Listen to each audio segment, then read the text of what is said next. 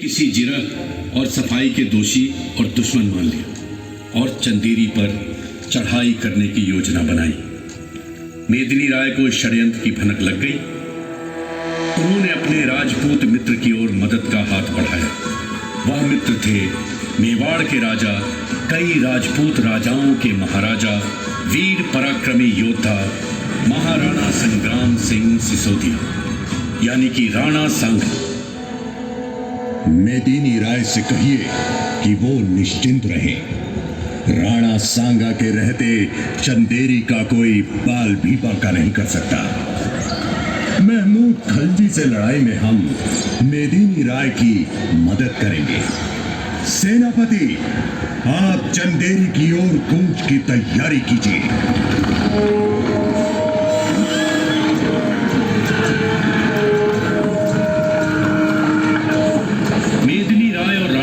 की सेनाओं ने मिलकर महमूद खलजी और उसकी सहयोगी सेनाओं को पछाड़ दिया।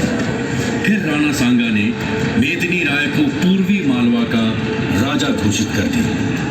मेदिनी राय आजीवन राणा सांगा के मित्र बने रहे और उनके बढ़ते दबदबे में अपना सक्रिय योगदान देते रहे। पर मेदिनी राय और राणा सांगा दोनों को ही उत्तर पश्चिम से आते एक तूफान की खबर नहीं थी।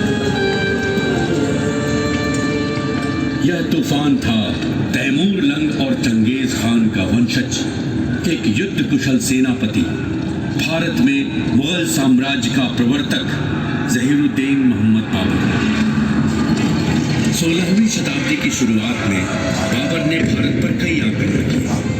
मार्च 1527 में राणा सांगा और उनके सहयोगियों की विशाल सेना खानवा में बाबर की सेना से भिड़ी।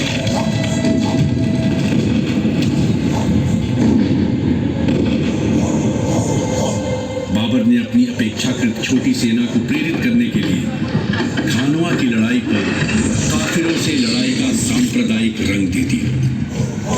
अब उसकी सेना सिर्फ दुश्मनों से नहीं लड़ रही थी, बल्कि एक जिहाद कर रही थी। इस सांप्रदायिक भ्रम का अपेक्षित असर भी हुआ। फिर बाबर की आधुनिक युद्ध शैली और तोपखाने के सामने राजपूत आखिर टिक न सके। राणा युद्ध में घायल हो गए और उनकी सेना पूरी तरह तितर-बितर हो गई, परास्त हो गई।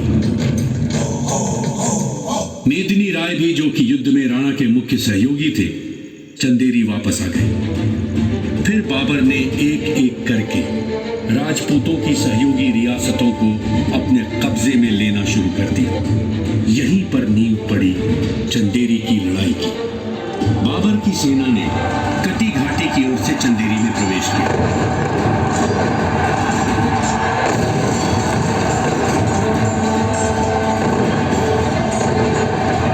और 1490 में जमानत खान ने गयासुद्दीन खलजी के स्वागत में कटी घाटी पर एक भव्य दरवाजे का निर्माण करवाया था। दरवाजा कटी घाटी के नाम से जाना जाता है और आज भी मेरे इस नगर का प्रवेश द्वार है।